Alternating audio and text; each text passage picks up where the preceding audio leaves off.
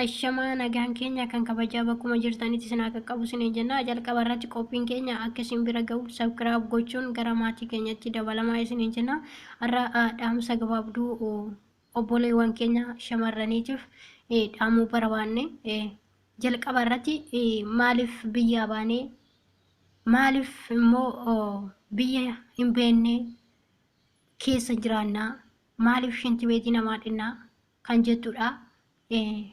Kanarratti kan dubbachuu barbaanne shamarran obboleewwan keenya hiriyoota keenya shamarranii maallaqa keessan dhiirotatti ergitanii nyaatamaa kan jirtan hin erginaa. Dhiirotatti maallaqa keessan ergitanii nyaatamtanii booda boo'urra maallaqa keessan jalqabumaa jalqabdanii erguu dhiisuu qabdu.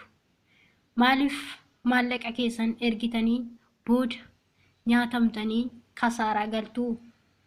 Akkatti fiddan isinitu beeka. Namni sun hin beeku. Gaafa ati laffaatee fiddu namni si walii dadhabe tokkollee hin jiru. Garuu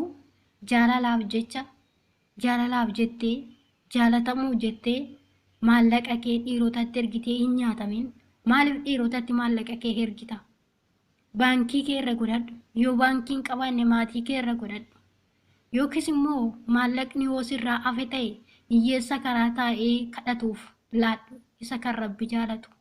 Kanaaf maallaqa keessan dhiirotatti ergitanii hin nyaataminaa. Dhugumayyuu jaalalli ajallaas nama buusaa, lubbuus nama dhabamsiisa. Garuu isin immoo kaayyoo keessan kan boruuf jecha jaalala sanirra caaltanii argamuu qabdu. Attaallalamuu hin qabdani, go'oomfamuu hin qabdani. Maaliin maallaqa keessan dhiirotatti kennitanii nyaatamtanii booda mucaan biyya sana akkasina godhee mucaan biyya akkasina godhe jettanii maaliif dubbattu? Erga nyaatamtanii booda bakka argattan jiru. Erga kennitanii booda bakka argattan hin jiru. Hanga maallaqa kee ergitutti sin jaaladha, sin du'a, waan hin jirre sitti odeessa. Gaafa maallaqa kee sirraa nyaate maallaqa kee ergitee fi fixxeen booddee bilooksi godha. Bakka ati itti barbaaddee irraa fudhattuu hin qabdu. Bakka ati itti himattuu hin qabdu. Nama biratti itti kennite hin jiru. Adaraa keessan maallaqa keessan dhiirotaaf ergitanii kasaaraa hin galinaa isiniin jechuu barbaade. Yoo dhugumaan si jaalate ta'e hanga ati biyya kee galtutti si haa eegu.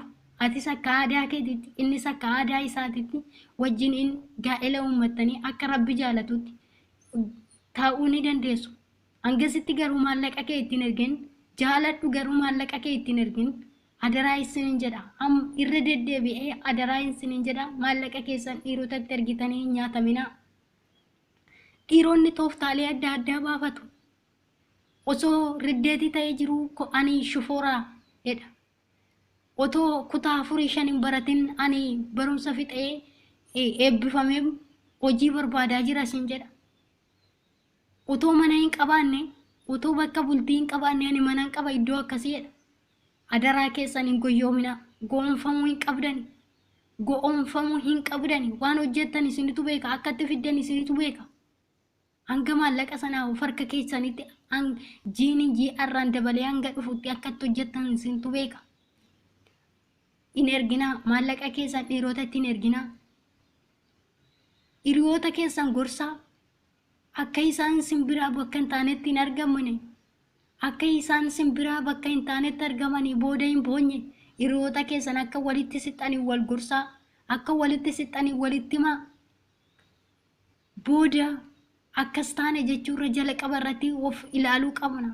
Maaltu booda nutti dhufa jennee yaaduu qabna hiriyoota koo. Adaraa keessan maallaqa keessan dhiirotatti ergitanii hin nyaataminaa.